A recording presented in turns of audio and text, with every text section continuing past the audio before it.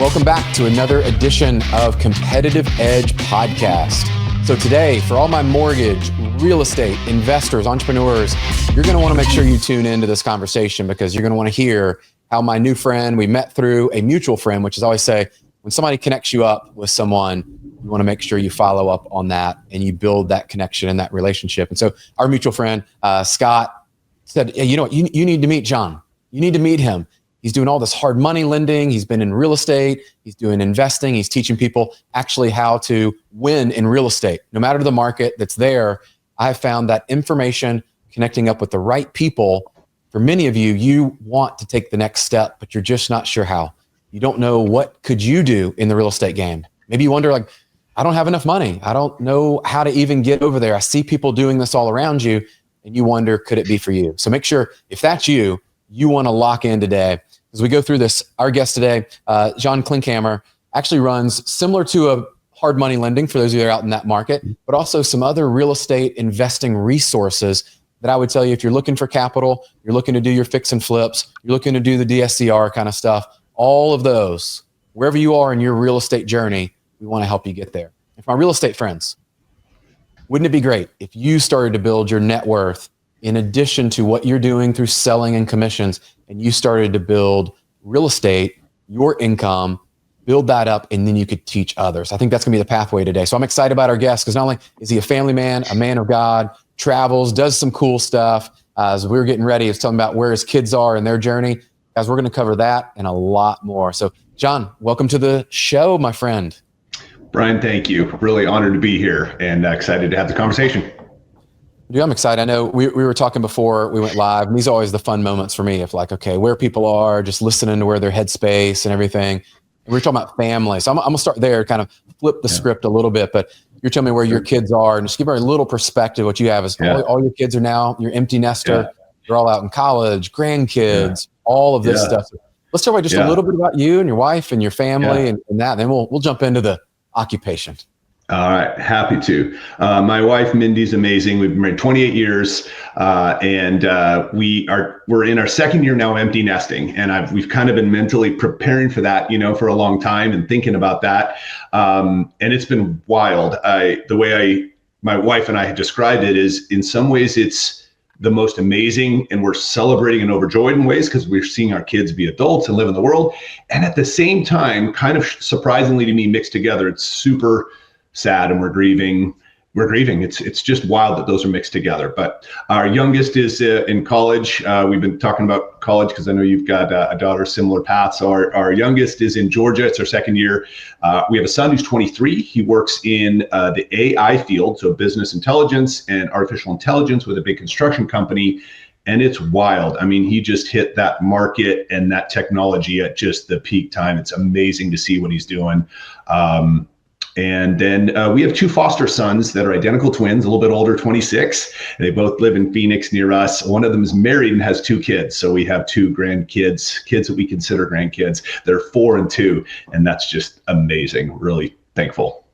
Dude, what a cool chapter. And congrats on the 28 years. It's always interesting. We travel, right? And I know Scott Donnelly, our friend that connected us, he speaks and goes around and just to see, there's been this cool thing at conferences when people are speaking and they share the 20, 30 years they've been married, people start to clap. It's like, and I've just recognized this pattern. And so I wanted to start there because, I mean, really, I'm going to ask you in a minute, but I have found those are the people I want to be around and do life with and figure out, like, not that they're perfect or anything there, but like, we're on the similar kind of trajectory there. And we're chasing similar goals and visions. And yes, while we're running a business, but faith and family and all those things are in the right priority, I would say. Yeah.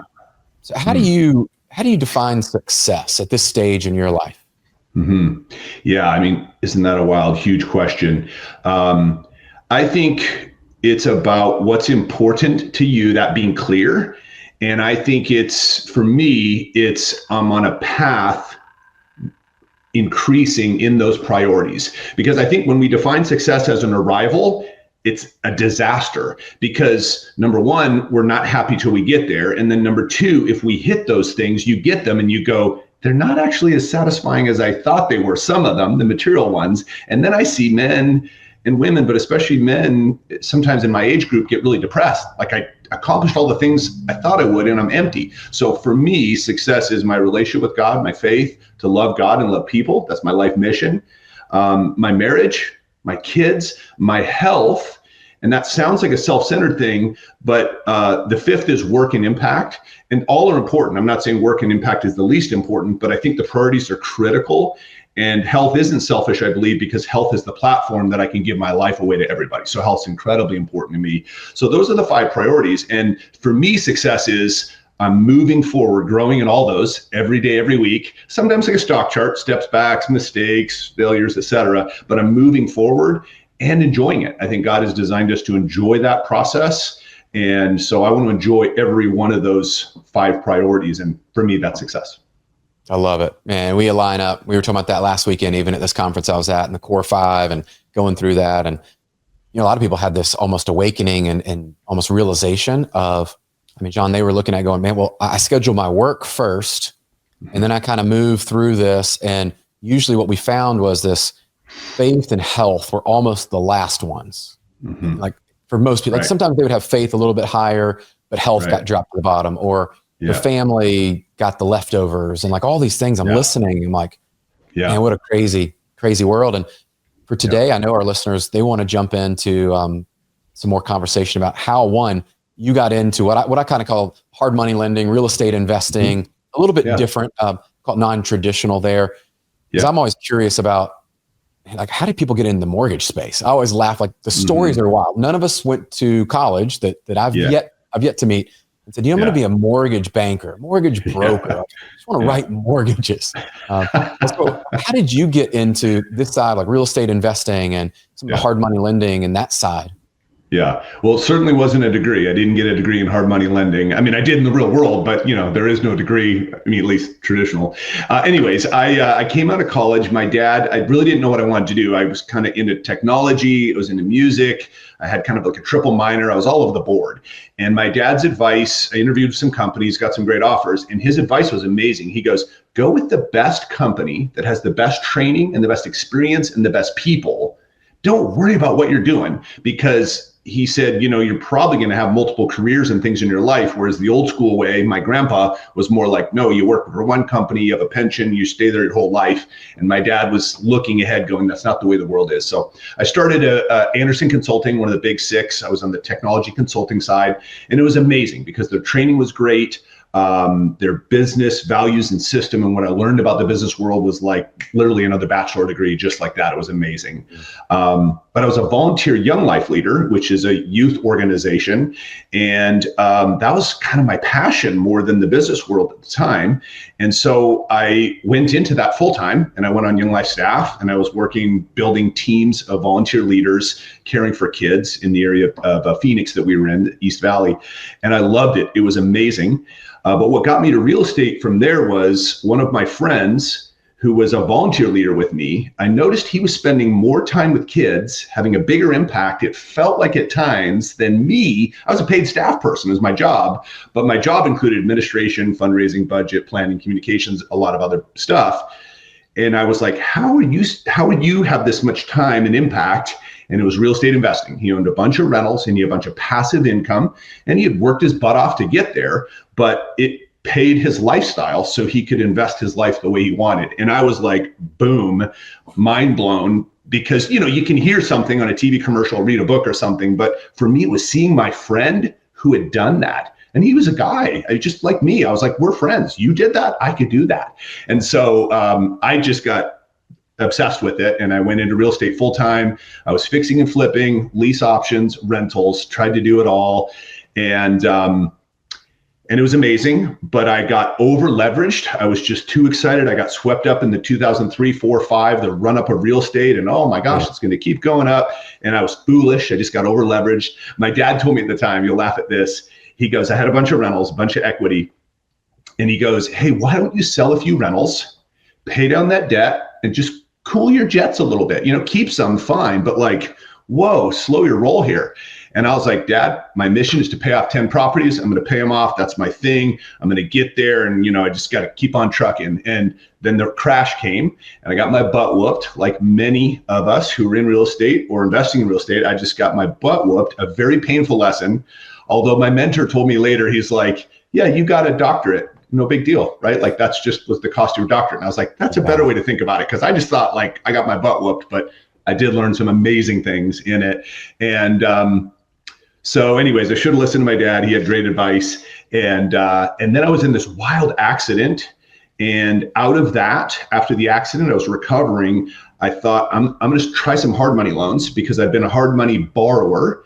And should I define hard money lending for your listeners, or do you think they all know that? Let's tell the people that may not know, let's define what that, because I think it's thrown around. Yeah. So let's give them some context. Yeah. So hard money lending is mostly for real estate investors. This is not your like owner occupied mortgage, but it's private lending instead of a big bank or Fannie Freddie. It's a group, just private. Like my company is, we're a hard money lender. We lend from our balance sheet and that's what we do. So it's private, independent, non-bank, very fast, very small group of people. Like it's 2 people in my company make decision on the loan. We can make a decision in an hour and we can fund it tomorrow, right? So it's not like a conventional lending process. It's very fast and efficient. It's higher interest rates, but it's designed for short-term money, kind of bridge money. Just buy it to flip it, buy it to convert it to a rental, then get your long-term lending. So anyways, I borrowed a lot of hard money lending and I've noticed, you know what, when I work my butt off on a flip, usually I'd make money.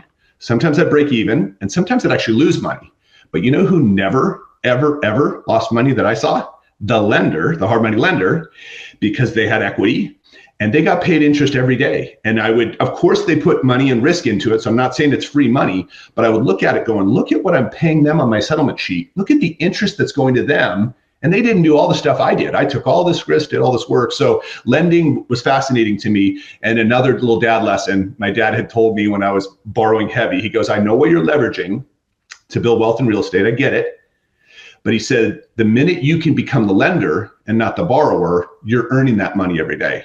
Again, I was like, oh, and so that came together for me about 15 years ago where I was at a point in life I could try some hard money lending. I tried some just with my own money, loved it, and then I scaled it. I took all the fix and flip investors I had and we built a fund and it's been off and running since there. And it's the favorite thing I've done in real estate. Like I'm endlessly fascinated. I could do it for the rest of my working days. It's a really fun business and a great investment. And so our mission is to increase the joy of real estate investing so investors can access real estate without having to do all the work and risk and details.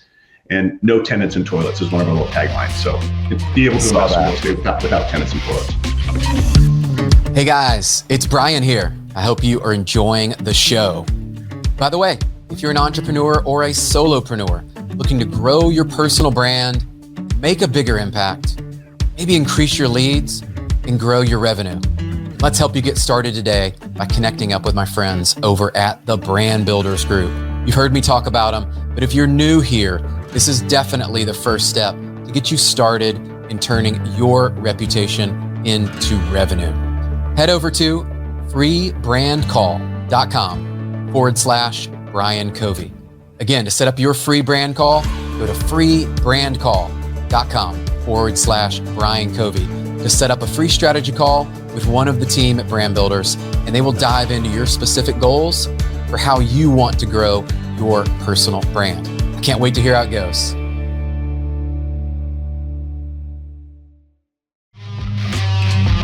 Let's expand on that for people, because I think there's a lot of misinformation, we'll just say, that's out there. And so for you, what are some of the top things that are just maybe myths, not true, that people probably have seen out there? They think, oh, I can't do that because this, or this is how it works, and it's not even true. Because I see and hear things, people call me, and of course on the traditional side, I'm like, that's not accurate. You know, it's like the old, you got to put 20% down for a conventional loan. We're always like, who told you that? Like that was so long ago. What are some of those common myths and things that might be holding people back from getting in the game here? You know, I think a big one is this whole idea of no money down, and just, I think it's a false lure. Now, there is occasionally genuine wraps or assumptions. You know this in your business. They are actually out there, but they're so rare, and it depends on the market cycle too. But right now, at least where our listens are 2025, they're rare, they're difficult, and they have a lot of hair and skin on the game. And I just see a lot of people spend tons of time and energy and money focusing on just that, rather than doing it more like, let me just get some money, make a down payment, and do a property. Sure. And because capital is often I get it, it's a bottleneck, it's a challenge to get into it. What I think to me is a much easier path is say, hey, if you have your own money, and by the way, people sometimes don't think about the equity in their own house, they can tap that. They can tap their retirement accounts. So self-directed investing is unbelievable. We have millions in our fund that is in people's retirement accounts, their own IRAs and rolled over 401k, and they can invest it in an incredible array of things directly. So your retirement account's an option. And then of course, OPM, other people's money. And that always seems so difficult, but that's the world I live in. And I mean, there's so much money out there. People are looking for a yield. And when you have a good plan and you can do something real estate wise with it, there's just a lot of money out there, whether it's friends and family or a friend's retirement account, or you raise capital like in a fund. There's lots of different ways to do it compliantly, but there's a lot of money out there. And, the stock market's had an amazing run, but sometimes that makes people nervous and they go, I want to be diversified outside of just equities. And often the only other option is like bonds, 4%, right? It's like, those are my two options. Okay, well, there's a whole lot of options outside of that. And so I think, simply put, to answer your question, there's a lot of money out there. And that can be found for people to do that. So that'd be my first. That's probably the biggest thing. I always think about this is like, okay, where do we access the money? And you gave some great resources. We can go a little deeper on some of those. But I also think too, is like what I hear from people is like, maybe they're not in real estate. So let's just take the people that are not in real estate today, or they may want to look at a different market than they're in. Like, well, how do I go find the real estate that you're talking about? Whether it's a fix and flip, or whether it's, hey, I want to have long-term rentals and have people, tenants pay the mortgage for me. We hear about this. And then you have people talking about, you need to go create all of this passive income and you're magically going to go buy a property and somebody's going to pay you more rent than your mortgage. And there's just so much information. Is there anything that you found where someone says, okay, now I've started to figure out a little bit about the money, like how to get the money, where I can access from equity, retirement, maybe get that from other people. But then they go, where do I go find this real estate that would work? Because everything in my market is, it doesn't seem like it would fit. Yeah. Well, I love the name of your show, Competitive Edge, and how you keep helping people think about what's your unique ability, what's your thing, right? And I think that's the way to answer this question best. Some people are like, I love real estate. I want to go dig in deals, either in my market or maybe another one. That's exciting to me, and digging in the details of that and learning contracts and tenants, that's exciting. That's a fit for your life and your talents. That person could do direct real estate investing. And especially if they're younger, starting more earlier in their career, that can be effective. But a lot of people, they think they need to go do that, but that's not really their wiring, right? Their wiring is, you know what, I'm really good at my job, I make a good income, stay focused there, and then outsource it in a sense, right? And or like you said, if your local market isn't good, then look for real estate opportunities that are in markets that really work. So that's actually why we created our fund. So it's called Klink Loans Fund. Our mission is increase the joy of real estate investing. But there's lots of funds like ours. Obviously, mine is my favorite, but there are opportunities and ways that people can put money into a fund and get the benefit of real estate, but they're not actually doing it. And they don't have to be the expert, because investors in our fund, for example, once they're kind of in, they don't have to do anything. They receive lots of information and transparency. They can read and understand and ask questions, but there's nothing they need to do. The money's making money for them every day of the year through hard money loans, spread across a bunch of loans to spread risk. Those loans pay money every day. So our investors are making money every single day, and they're not doing it. It's just a matter of putting their capital to work. So they were good at making the capital, or they received some capital somehow, put it to work, put it with an expert, put it in something that matches the risk reward profile you want. And so I think starting from that high level, should you do real estate investing direct? Are you going to get in the details? And if you're in that industry, if you're a realtor or mortgage professional and you're kind of in that market, that might be a good reason to do it because you're kind of in there. But you also might just say, you know what, I'm an amazing mortgage originator. I want to stay focused at that and make my money. And then I want to put it to work and get an expert, a good fund to put that to work for me. So I think thinking about what's the best and highest use of your time and energy is an important decision people have to make. I love that. And I've been the latter. I've been the one of, I know my skills and strengths of, I can go produce more income over there at my job. And so I'm like, cool, I'll invest into that fund or that fund over there, or, a couple short-term kind of single family rentals we have. I'm like, that's great. Hands off. I can see it. I can touch it. I can feel it, all those things. And then I go, but I'm not operating day to day. I'm not out searching the market, calling people for off markets and things. And the thing is, people hear this a lot of times, John. I mean, in my experience, it's like, okay, so now I'm starting to figure out where I can get some money. Now I'm starting to figure out, like, do I want to be involved or not involved? Or starting to think through this. Are there things that you're seeing today of, like, I always love like the do's and don'ts kind of, you get into this, like, help people avoid the mistakes we've made. I always think about, like, what would I have done with what I've even learned in the last 5 years? Well, there's a few things I've told people is, don't do this. This did not work. However, for sure. This was great. What are some of those that you see people maybe make mistakes? Let's start with those that you go, man, you need to know this. Be aware of, don't fall into this trap. Yeah. Well, I mentioned one earlier in my story, over leveraging. People can over leverage and take too much risk. A helpful counter to that is thinking about starting small and then build what I call your risk muscle. This has been a phrase that's really helpful to me. So meaning, like, in my market, I started with $100,000 flip, and then I went to 150 and then 200K. I didn't start at $500,000 flip, and depending on your market, beginner, it may have different numbers. But I got up to where I was doing multi-million-dollar flips, and people would be like, how can you take that much more risk? And it's like, well, that's not the first thing I did, right? I started with 100K because I could really wrap my arms and brain around that. So kind of building up with that.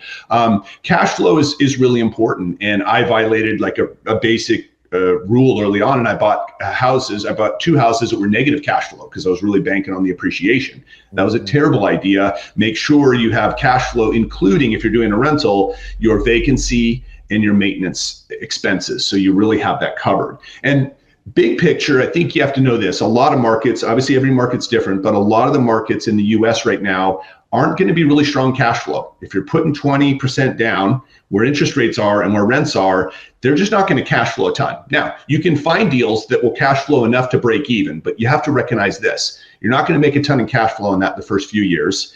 You will have some tax benefits, and for people in a high tax bracket, that might increase their overall gains. But I really think most rentals, when you start, unless you do really low end, less expensive rentals, they can have a little bit better cash flow, but they don't have good appreciation. Good markets, like what Phoenix was for a long time, is an appreciation market. You're leveraged. So if you have 20% down, you're making 5 times that on the leverage. So if you make 5% on appreciation, 5x leverage, you're making 25% on that money. That's incredible and great returns. But leverage is a double-edged sword. If the market goes down 5% and 10%, you're getting knocked out really fast. So in general, I just say, hey, if you've got some cash right now, at least, if you're not already in the real estate market, I think something like lending, which is a really consistent return right now, we're about 10%, is just really consistent with tax benefits. So it's really consistent, really low risk, and you don't have to bank on appreciation. We're making our 10% whether the market's flat, if it goes up, if it goes down. As long as we keep LTV, loan to value, then we're making that 10% for our investors just day in, day out. So we're not dependent on the markets. And now if interest rates, if and when they drop tremendously, there may be more opportunities with that in terms of cash flow. But I think, simply put, it's tough to make a big cash flow right now on rentals if you're entering the market. Yeah, and that's what we've seen. People are like, you got to cash flow. But then over the last 12 months, I think we've all realized, it's like, man, with where rates are, and even with rents going up, there's properties. I even think about, 2 of ours where we definitely are longer term holds, cost segregations, all those things. We're going, okay, tax benefits over here will much more outweigh that little bit of gap that's there. So people that are thinking about that, do you ever compare up when you're looking at these for short-term versus long-term rental? If somebody's going, okay, maybe I want to go into that world. Do you segregate those out when you're lending? And what are your thoughts on those in today's market? Yeah. Do you mean more like as a lender or for investors, or kind of both? Like, just how do you look at them broadly? Both, actually, because I think the people out there investing probably are curious how the lender thinks about it. And I'd love to know both. Yeah, I think that'd be cool. Yeah. So long-term rentals, we usually define that as a lease of a year, right, or more, traditional that. those take a little less maintenance once you get into it, whereas a short-term rental like an Airbnb takes a lot more maintenance and management because you're turning over your tenants. So you're cleaning, you're furnishing, your utilities, just dealing with tenants and stuff. So most investors want to get to property management at some point because managing properties yourself is very time intensive. Some people really have a gift and a passion for it, and they can, but most investors probably want to get to the point where they can pay a property manager. Paying property managers long terms probably about 8 to 10% of your rents. Short terms about 15%. I almost did a short-term rental myself a few years ago. I have a friend who does a lot of them in Phoenix. He talked me out of it because he said, unless you're going to do it for about 4 to 5 years, don't do it, because what you're going to spend on furnishing that home for us in our market would be about good 30, 40 grand to furnish a home properly for a nice Airbnb. You're going to want 5 years of income to really kind of amortize that. And at the time, I was like, this might only be a 2 or 3 year rental for me. So we actually did a hybrid. Your listeners might be interested in this. We did what I would call a midterm rental. So we didn't furnish it, but we said, we'll take a 3 to 6 month lease. And here's what we found. There was lots of investors offering a 1 year lease and tons offering short-term 3 days. Sure. But if you needed a midterm, 3 to 6 months, and these kind of people are work transfers, they are insurance burn downs. I had water damage at my house. I'm on a contract out here for this company and maybe they're going to hire me or whatever. There's actually a lot of people looking for that 3 to 6 month type rental, and very few landlords wanted to mess with it because it's kind of that hybrid in between. So we rented just like this. We got a good 10% bump versus a long-term rent, and most short-term, midterm renters tend to stay longer. So your average 3 to 6 ends up turning into 9 to 12 anyways. And so we just found it was a really nice niche that increased our cash flow, rented faster, also gave us a bit of flexibility. If we wanted to sell sooner than a year, we had a little bit of flexibility. As a lender, I like all those. I think as a lender, I want to see what's the experience of the borrower, what's your game plan, and does it make sense in the market? Is it going to be good cash flow? Is this going to be a good sustainable thing for you? And how are you going to execute it? Are you going to manage it yourself? Are you going to have a manager? How strong is your team? Either your experience or the people you're partnering around you, your agent, your property manager, and stuff like that. So that's how we look at those as a lender. Airbnbs in Arizona have done really well. We went from undersupplied and maybe oversupplied, and now they're probably about balanced. As a customer, when I travel, I love Airbnbs because we have a kitchen. Like, I understand it as a customer mindset. So that's why I'm a believer in it as a lender and investor, because, sometimes a hotel's the right fit, but if you got a couple people, or depending on what you're doing, a home can be a nicer fit than a hotel and a better experience. So I'm a big believer in it. For those doing short-term rentals, a resource I would give is a website called AirDNA. That's AIRDNA. And what they do is measure supply and demand in the short-term rental market and help you price it and know all that kind of stuff local to your market. So very good resource if someone's thinking about, even if they're just thinking about, it's a good place to kind of research and learn and study some numbers. Oh man, I love that. You had me thinking. We went back to ours and had to adjust our pricing, and we lowered it just a little bit based on the comps in the market, what they were renting on short term, based on some of those Airbnbs. And next thing you know, this year we came in and it was rented much more. And so for everybody listening, if you have those today, it's a great spot to be, and listen to that strategy that John was sharing, because you might be able to go into that 3-6 month world. We almost did one of those, by the way, just out of just not even intentionally. Someone just called and said, hey, similar to what you said with the hurricanes in Florida and some things there. And they're like, we might need a place. We want to come over there for a few months. Our place is getting remodeled. I'm like, interesting. So that's a great strategy. Compare up, look at where you are, have that. As you look forward, I think there are markets like that. I think about Nashville. We were at one time kind of undersupplied, then we were oversupplied, and I'm not sure today exactly, but I do know there's a lot here differentiating those. If somebody was getting into the market today for their first deal, I know you said you started low. Price point's probably one of those things. You say, okay, what's your risk tolerance? Let's start on a low price point. Is there anything else that first time investor that should be thinking about where they're like, you know what, guys, I do want to get in the game? What should they be looking at beyond just the price? Maybe what they should be thinking about to invest. How long should they think about the hold? Like, what are those things that we can maybe help somebody think through? Yeah, yeah.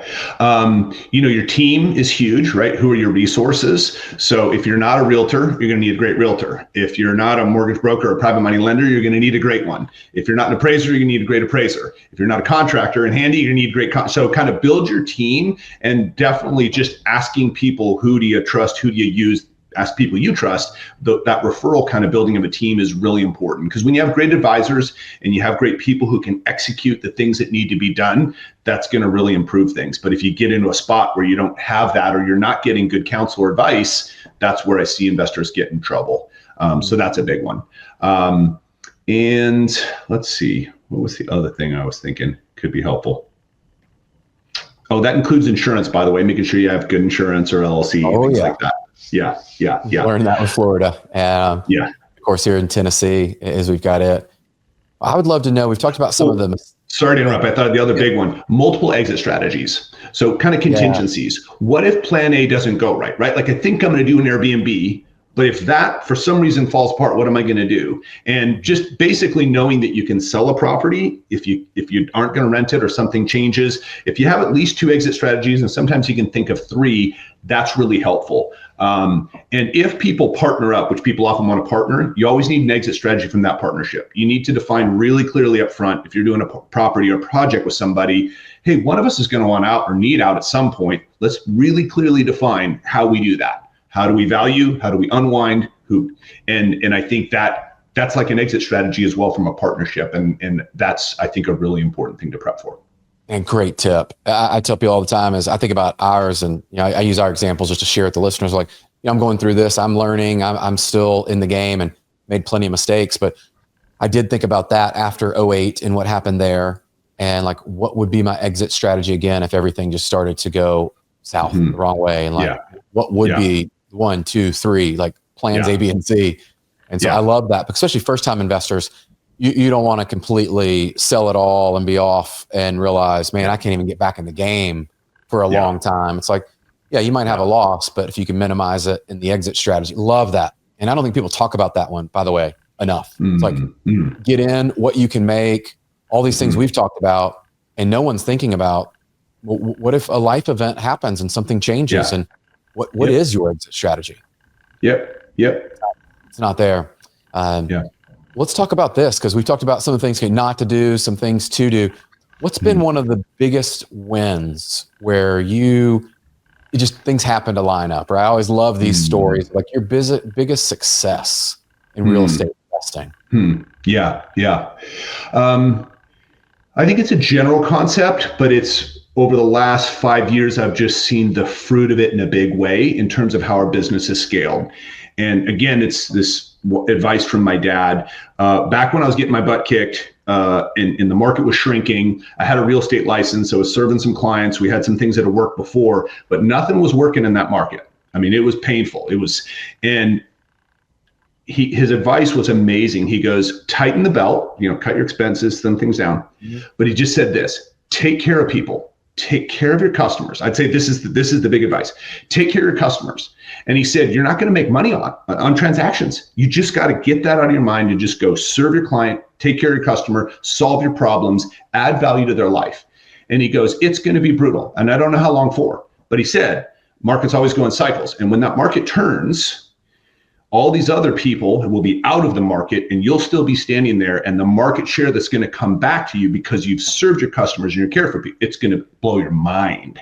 And that's exactly true. And I saw that true in 2010, 12, and then really over the last 15 years, with our company culture, what we've done with our fund is let's increase the joy of our customer, whether we're doing a transaction with them or not, no matter what it costs us, let's increase their joy. Because if we do that, they're going to want to stick with us. They're going to refer people to us. And that's what we've seen as an investment fund. We take care of our investors. We tell them the truth. We serve them, whether things are good, bad, or the news is good or bad, and they send people to us. For borrowers, same thing. We take care of our borrowers. We deliver as much value as we can, and they send people to us. So almost all of our growth in our business has been referral and organic. And everybody wants that. Everybody gets that's the greatest thing.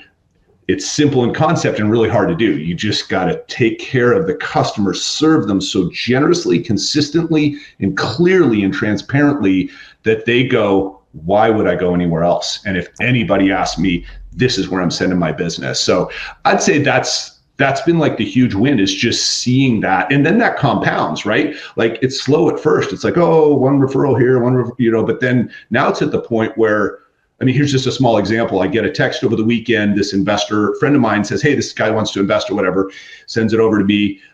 They have to be accredited. It's 50K minimum. He had both those things. We put him in our system. 1 week later, his money's earning in our fund. And I was like, years ago, that would have blown my mind to think I could meet someone and we'd be increasing their joy and their money would be earning in 1 week. Like I just couldn't have imagined that concept, but that's kind of the wind of, yeah, that's what we do. The team's ready for it. And I'm grateful for that. So thanks, Dad, for good advice. So it sounds like your dad's given you a lot of great wisdom, and we share that with things that my dad has shared and all of that. And for everybody listening, I hope you take away a few things. I mean, there were lessons on lessons on lessons. And I always share, it's like, that's how you can really accelerate your own growth. And like you said, you got a doctorate going through some of the lessons and failures and things that happen. I often think back to, thank you, God, for allowing me to go through that, because then I can pass that on to my kids. And then the next time that comes up, we've got wisdom to share. And I love that you shared, there's so many ways, guys, if you're listening, that if you want to get in the game and you want to start investing in real estate, which I believe is the wealth builder, outside of you earning income, then at some point you need to work on your taxes and you need to be investing strategically. This is a great way. And so we're going to include, John, all of your firm's information. Your information is, I love connecting up with great people like you that have a heart for serving God, number one. And then two, just doing things the right way, because guiding people, like you said, like increasing their joy and allowing people that have worked hard and had success to then go multiply that success is a gift, my friend. You've got that. So as we wrap up, any final words or any parting wisdom to the group that we have not covered that you want to make sure we get it in? Yeah. One of my passions is helping people who have some rentals see how do you really maximize the income from there. So I'm speaking to someone who has some equity in property, and what I often find is if you've owned those properties for a while, your actual return on your equity can be pretty low based on cash flow. So here's what I would say. Compare that to other options. Our fund pays 10%. You can do higher risk ones like leverage and multifamily maybe and get higher. But to me, a sweet spot of really low risk but double digit returns is hard money lending. That's kind of, we fill that middle void. And simply put, you can take the equity from rentals, put it into something like a hard money fund and see your actual ROI, your actual cash flow go higher.